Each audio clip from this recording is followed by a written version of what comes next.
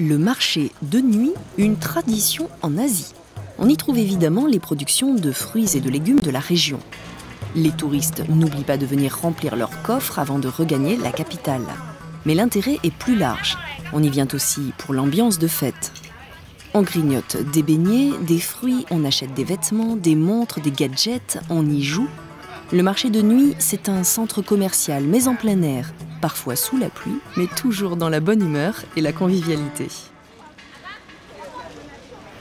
Des millions de taches colorées, un autre marché aux fleurs celui-là. Le climat tempéré des Cameron Highlands, un minimum de 9 degrés et un maximum qui dépasse rarement 25 degrés, permet de cultiver les mêmes fleurs que dans nos jardins, essentiellement des chrysanthèmes. Cette activité génère un chiffre d'affaires supérieur à 65 millions d'euros, dont environ 75% à l'exportation.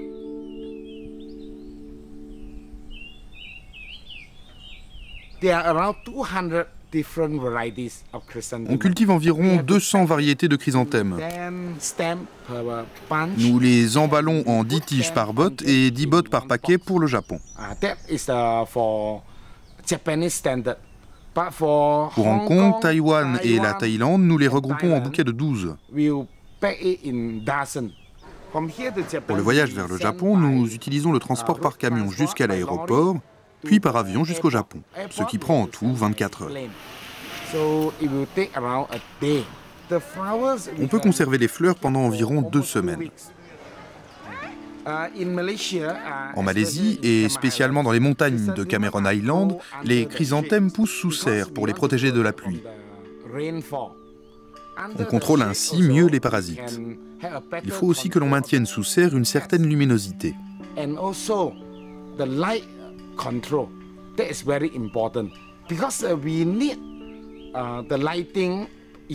C'est très important parce que de la luminosité dépend la taille de la fleur. Elle aide aussi à contrôler la floraison, surtout le fait que les fleurs poussent à la même hauteur et à la même période de l'année.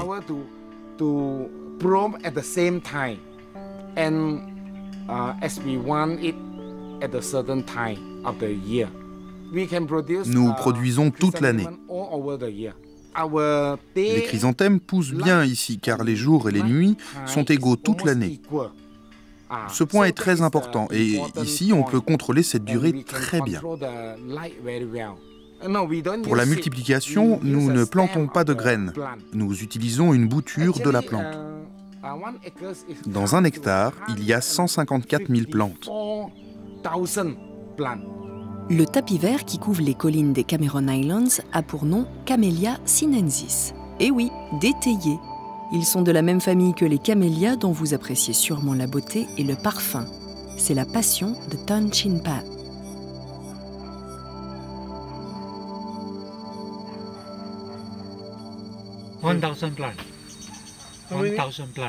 J'ai 1000 camélias, 200 différents, 20 vraiment très beaux et environ 50 pour ici.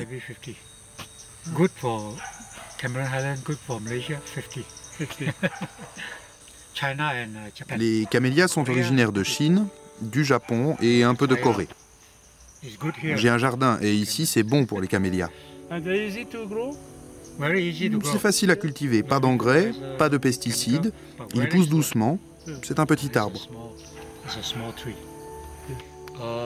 Pour les multiplier, je fais des boutures, c'est long. En 6 mois, vous allez obtenir une bouture avec des racines. Mais ce n'est pas bon car les racines sont trop fines, trop fragiles. Moi, j'attends 18 mois. Les racines sont alors vigoureuses.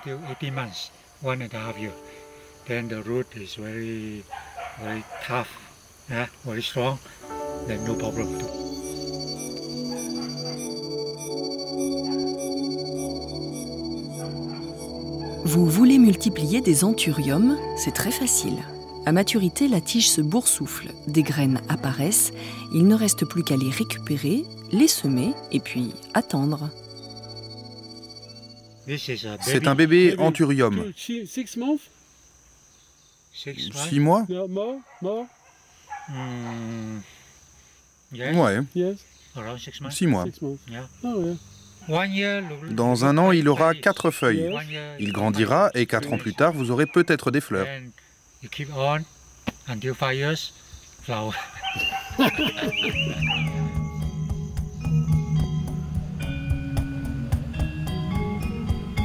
Au bord des routes, les jardineries, les pépiniéristes sont nombreux. Les voitures doivent être très chargées car les touristes achètent par centaines plantes vertes, cactus, fleurs, arbustes et autres végétaux.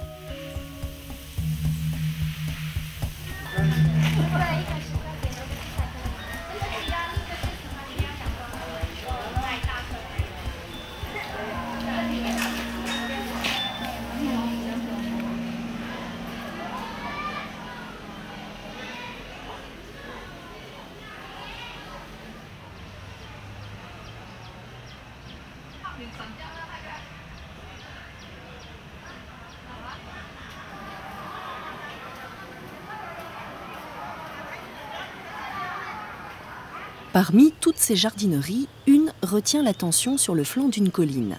Wild Orchid and Rose Garden. Un dédale de fleurs multicolores, une jungle en miniature qui cache un trésor.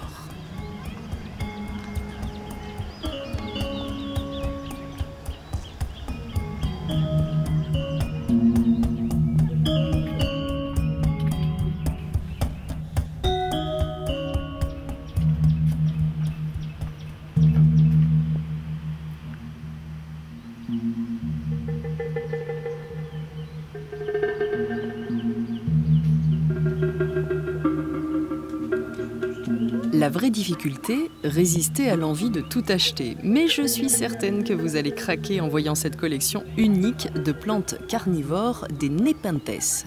D'où viennent-elles? De la jungle. Des Cameron Highlands.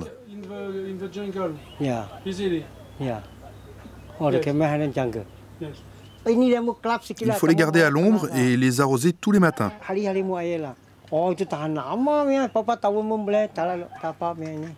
Si vous prenez soin d'eux, vous les garderez très longtemps.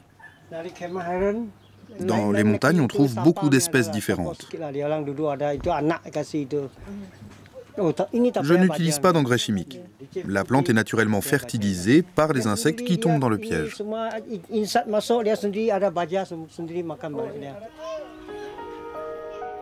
Cherchez bien, pas facile à trouver. Des grenouilles, des insectes se cachent dans cette verdure. La passion de Yacine guide au Butterfly Garden. La nature est très astucieuse pour se protéger des prédateurs, oiseaux ou reptiles. Les insectes imitent les feuilles ou les branches. L'illusion est parfaite. Les carapaces sont tachées, abîmées, un mimétisme total.